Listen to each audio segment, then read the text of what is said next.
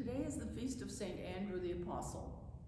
So to all of you Andrews, married to Andrews, related to Andrews, and to all of you French speakers who have two E's at the end of Andrew, that is, women named André with two E's at the end, like my first French teacher, and all you Scots, Greeks, Russians, and fishermen for whom Andrew is a patron. Happy feast day. But who was he anyhow? We know he was the brother of Simon Peter, and that they were fishermen who probably lived in Capernaum, and that he was a disciple of John the Baptist, who in John's Gospel brought his brother Simon to meet Jesus.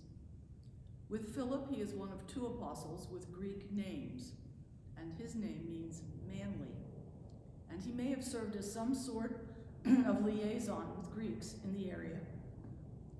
The apocryphal writings of the early centuries tell of miracles.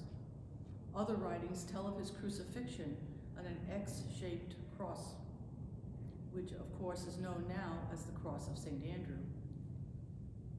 We might do well to focus on what it means to be an apostle, what it meant in the early church, and what it might mean for us. The word apostle means messenger, one who is sent.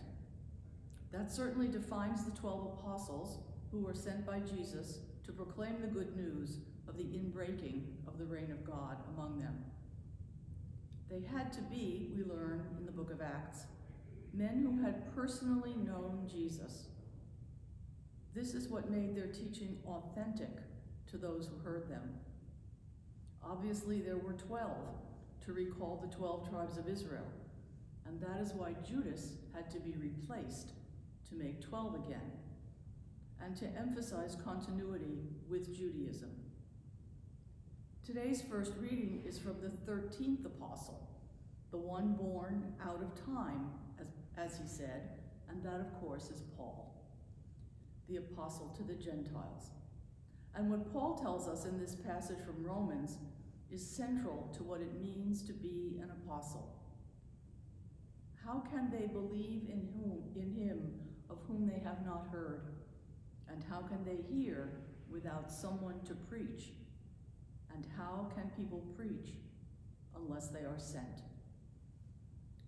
That was what the 12 and Paul lived out in a difficult time of division, violence, and conflict all over the Mediterranean world, although at the time it might have been called the Pax Romana. Sent by the Spirit, they preached another kind of peace, a peace in which there is neither Jew nor Greek, and in which the peacemakers are the children of God. What does it mean for us to be apostles in our time and place? We too live in a time of division, violence, and conflict in the world, in our country, and in our church. The Catholic bishops may not be violent, but they are certainly divided.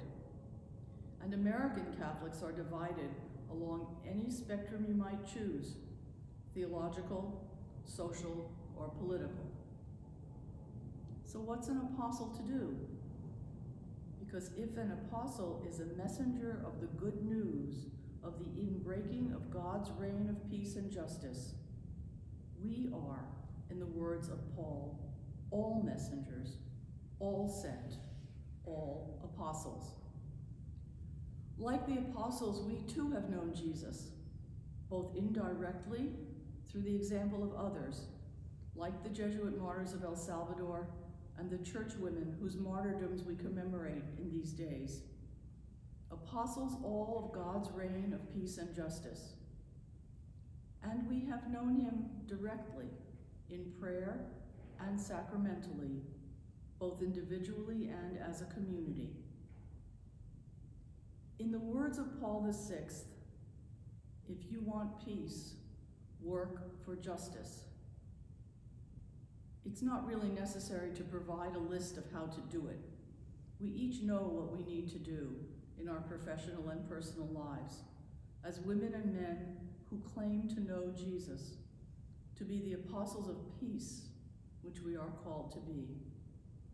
As Jesus is being born again in our hearts this Advent, it's a good time to consider what sort of apostle he is calling me to be. We have heard many times what St. Ignatius said, that love is shown more in deeds than in words.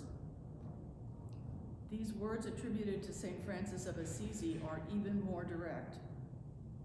Preach the gospel always. When necessary, use words.